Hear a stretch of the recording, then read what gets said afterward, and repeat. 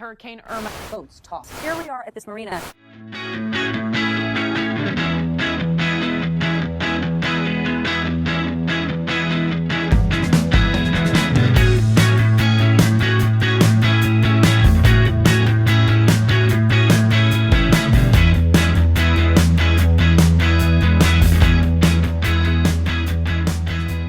Hi guys, welcome to Parlay Revival. For those of you joining us for the first time, my name's Colin, I'm 33 years old and I'm from Auckland, New Zealand.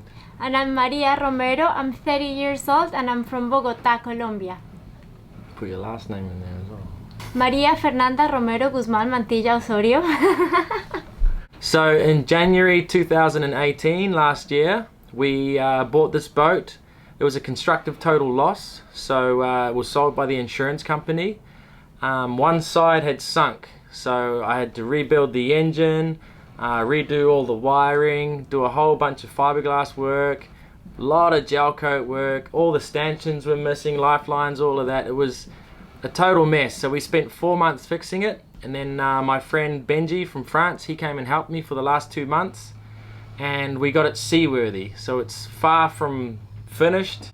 We got it seaworthy enough to leave Tortola in the BVI, and we set sail around the Caribbean. So the boys documented all the process. So when I joined the boat with another friend, Eric, we went through the footage and we all decided to keep filming. And that's when Parlay Revival, the story of a hurricane damaged boat sailing around the world, was born. I dedicated the last 4 years of my life working with non-profits in places like Philippines, Cambodia, Nepal, Ecuador, Peru, and BVI, Tortola, helping communities affected by natural disasters. And we were rebuilding some of their facilities like their schools, daycare centers, evacuation centers, and homes. So I spent the last 10 years of my career working as an engineer on super yachts. I started off in the Whitsunday Islands on the Great Barrier Reef in Australia and started working on sailboats there as a deckhand, but then I quickly moved into some engineering roles, and then I moved into super yacht jobs where I became an engineer and then a chief engineer on super yachts. I also did my 200-ton captain's license, so I became a captain on a couple of super yachts as well. So with the money that I've saved over the last 10 years working on super yachts, I was able to pay for the majority of this boat, but I needed an investor. And that's where Ben Zuber, the ex-Navy SEAL, comes in. You might have seen him in some of the original episodes. He fronted the rest of the money that I needed to buy this boat. He was the support that I needed to get through this at times. And that's how we were able to afford this boat.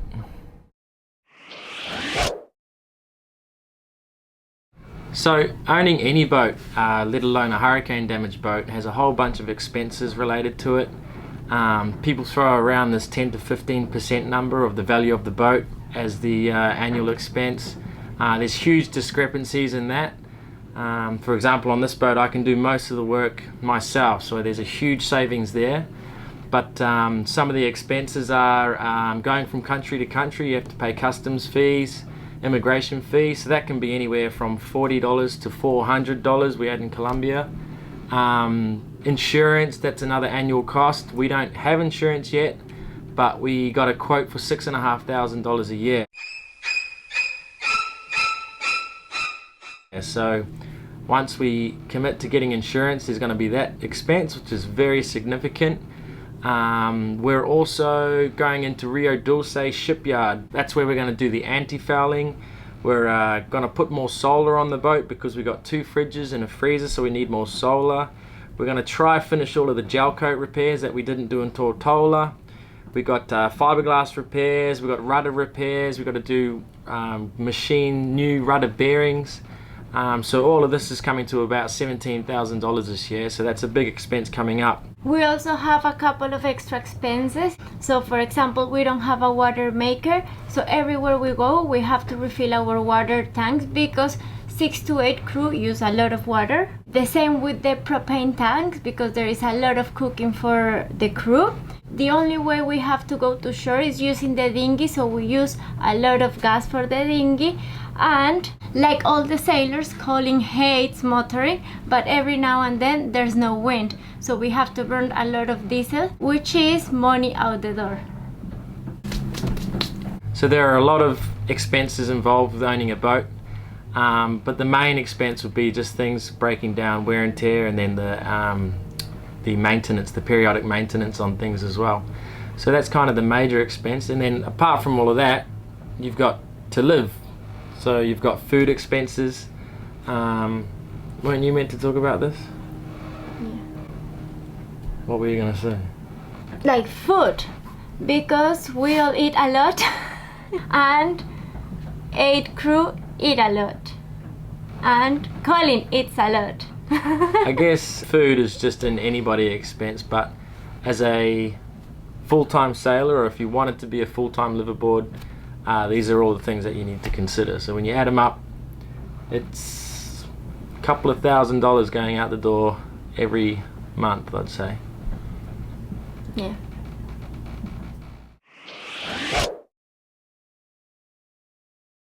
So the main reason that we've been able to afford to sail for almost a year is through crew. So crew come on, they pay a contribution, a daily or a weekly or a monthly contribution, and we've set it up so that contribution offsets our food expense. So they cover themselves plus our food and a little bit of the maintenance.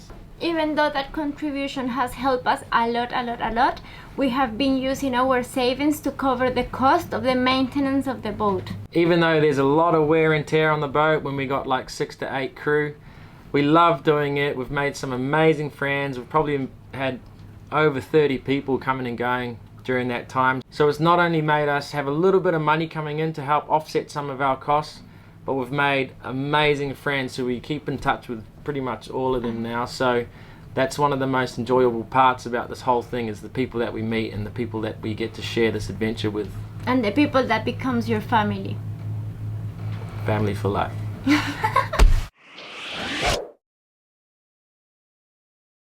So we still have a fair bit of savings left, and the Rio Dulce shipyard period is going to take up a lot of that. But the fact is that sooner or later we're going to have to go back to work and try and earn some money, whether it's on super yachts or volunteering, well, not volunteering, working. Or what do you do? Or doing disaster relief. Doing disaster relief. We're going to have to go back to work sooner or later. And the problem with this is that we will have to stop making the videos, and that's something that we love and enjoy doing. And the dogs, because we cannot take the dogs to work. What?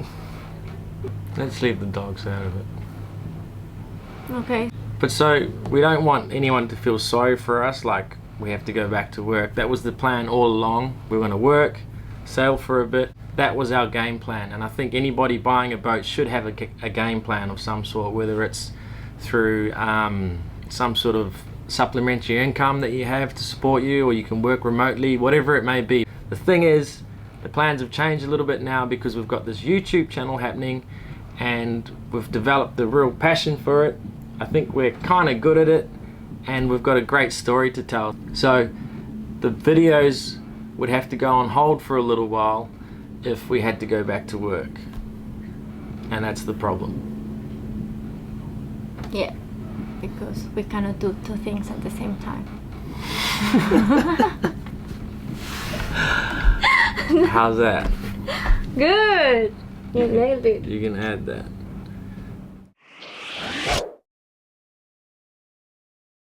I don't really know where to start. I find myself doing about 40 to 50 hours per week, because this includes organizing all the footage that we have in places and according to date, so when we're editing it's easy to put everything in a chronological order. Then also I'm looking all the time for music, messaging artists because we want just the best music for the videos, making sure that the cameras and SD cards are ready to go, and because we want to produce really good videos, with high quality videos. I'm all the time watching YouTube tutorials to improve the skills I have right now. And of course, what it takes most of the time, editing the video itself. Also, Colin helps me editing all the technical parts. He writes and records all the voiceovers. He is in charge of uploading and writing all the descriptions of the videos every Monday.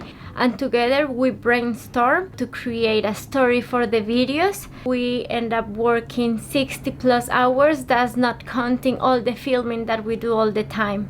So the gear that we have right now is just one computer, and it's Colin's computer that already broke, but we managed to get it fixed.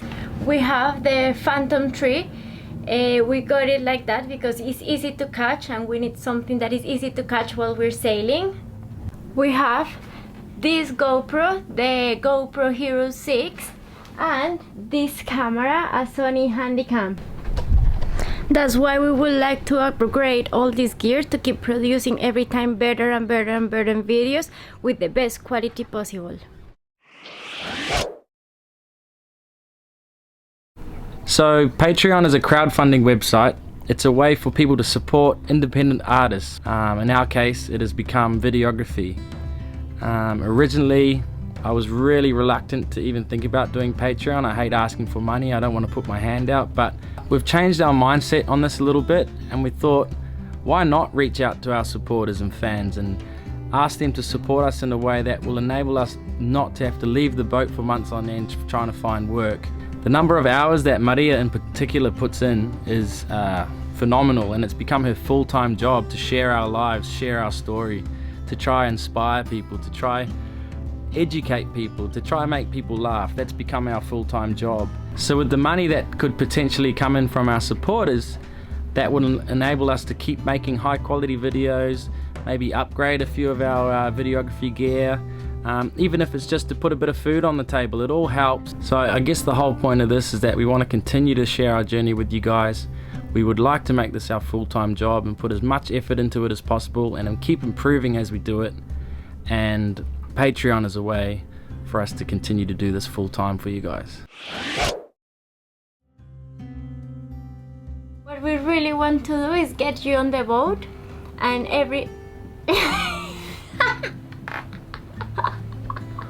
So the way we've set up the Patreon is heavily favored towards getting you guys on the boat. So every 6 months we're going to draw names out of a hat according to how much you've supported us, and we're going to load the boat up with Patreons, and we're going to do a 1-week free sailing trip. We're going to go sailing and surfing and diving and fishing and all of that good stuff depending on where we are, and hopefully really get to know you guys. We've got a really nice big boat that we'd love to share this experience with people and say thank you for showing us that much support.